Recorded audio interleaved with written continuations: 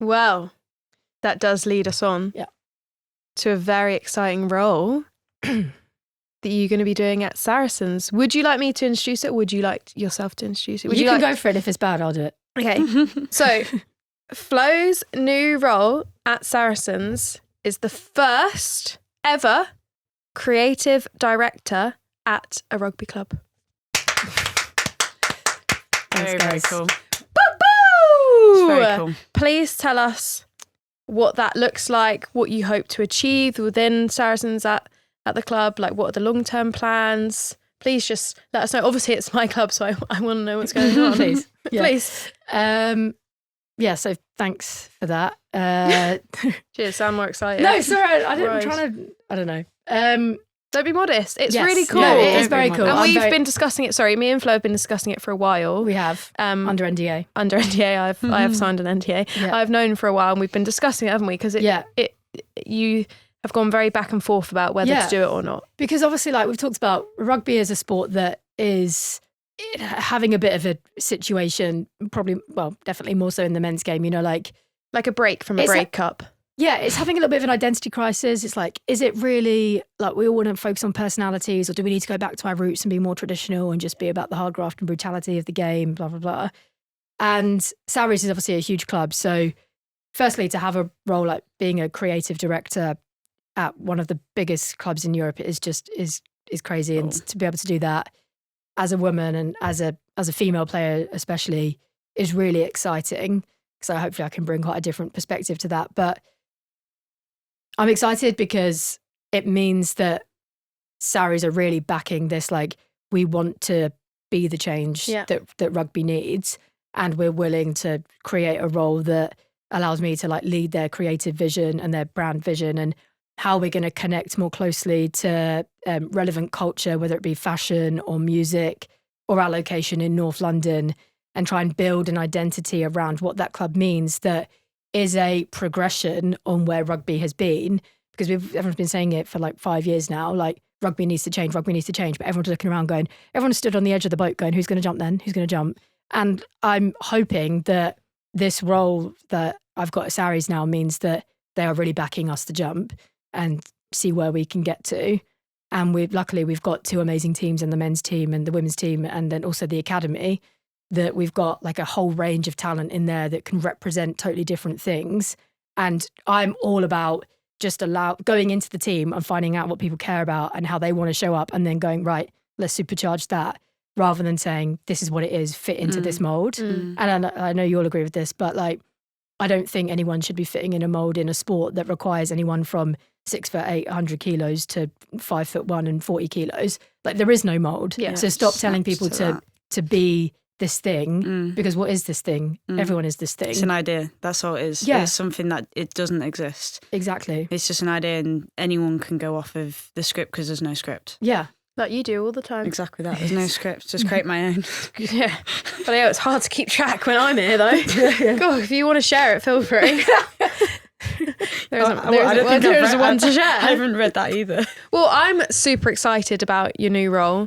I can't wait to see what you have to offer and how much the club changes. And yeah, I think Quinns and Ellie, watch out, mate. I also think that it's like, be jealous. I mean, even I'm not saying I'm moving to Sarries, but it is. What? No, I'm not. No, I'm not. Sorry? But what I'm trying to say is this us, you telling no, the world? No, it's not everyone. I'm not moving to Sarries. But like hearing that a Saracens team are willing to make change and see where it goes is very attractive for people that are looking for clubs, because there's lots of clubs out there that do stick to a certain way. And you know, me being a young player that often I'm still only 25. Okay. Only 25. Being a young player, but also there's a whole new generation that are coming up who are much younger than me. You want to be part of a team that are willing to go off that script if there is a script there, and having someone that's being a player who, you know, you are in reach because you are still playing as well, and wanting to know like what needs to be changed. It's not someone who's 75 and was in the game many, many years ago and have this idea of what it should be. It's attractive, and more teams should be doing it. Yeah, I'm hoping it's, as much as it is about Sarries, it's also about like the rugby landscape. Yeah. And I think that hopefully the fact that they've even got a creative director role, or it's literally just your really ability to like essentially evolve the club and make it show up in different spaces and represent the players, build brands around the players, etc. I think hopefully other people, like what happened with the Euros, oh, actually, I'm not surprised by this anymore. Oh, they're doing something. Again, maybe it will make it less daunting for other brands in rugby to do something outside of the box. And like we're seeing what's happening in football now, you know, like Marcus Rashford, people like walking fashion walks, like they're bringing up clothing brands, they're showing up in music videos. And I think if you did that in rugby right now, everyone would be like, oh, they'll lose their mind. But like, of course, because it's the first person that's done something different. Yeah. And everyone's going to remember that first time, but you're not going to remember it when everyone's doing it. Exactly. So like, I think I'm hoping that, I mean, I haven't started the role yet, but I think this is where they want to go. And I think the fact that they've created this role, and hopefully I'll get an opportunity to do that and work closely with the players and work closely with the club, whilst also taking the current fan base on a journey as well. You know, like I'm just really excited to see what I can do with it, and like all of my experience with Matter, working with different brands, working with different sports teams, and then having like a creative background as well, hopefully means I can do the role adequately. Yeah.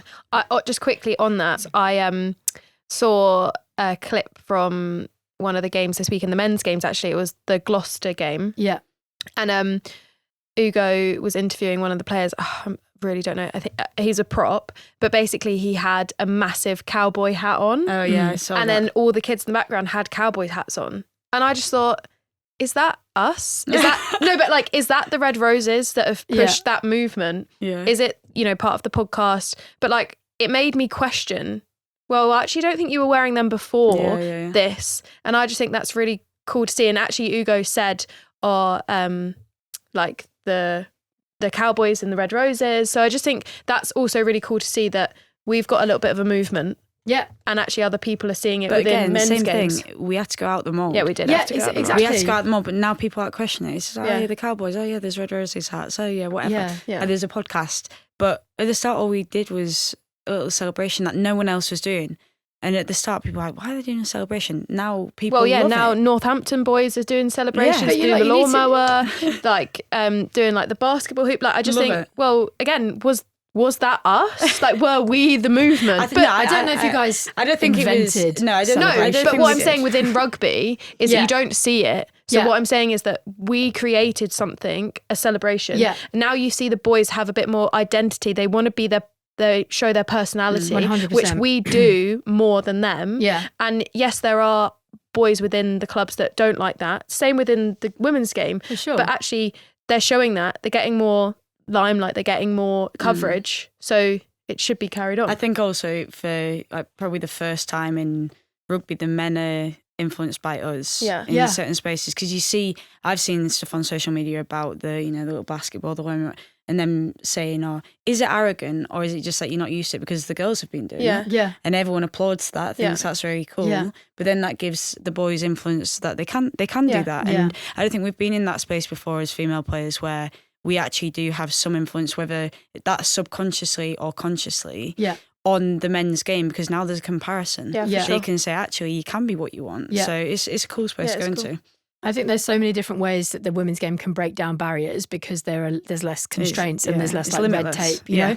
Like if you haven't had a whole history and tradition and legacy of where you've been and what you can and can't do, you guys are literally writing the rules. Yeah, exactly. So like you can do what you want because no one's there to tell you you can't. It's cool. And then as the sport, we can adopt that and then the men's team can maybe do it. And then it doesn't feel so like, oh, we're out here doing something for the first time. And that's where I would like to see, like, working at a club like Saracens, there's bits that you then can take from the women and then share with the men rather than having them separately and also like building brands around each of those teams that are within Saracens but maybe feels a little bit more owned to the women, a bit more owned to the men and owned to the academy. No, for sure.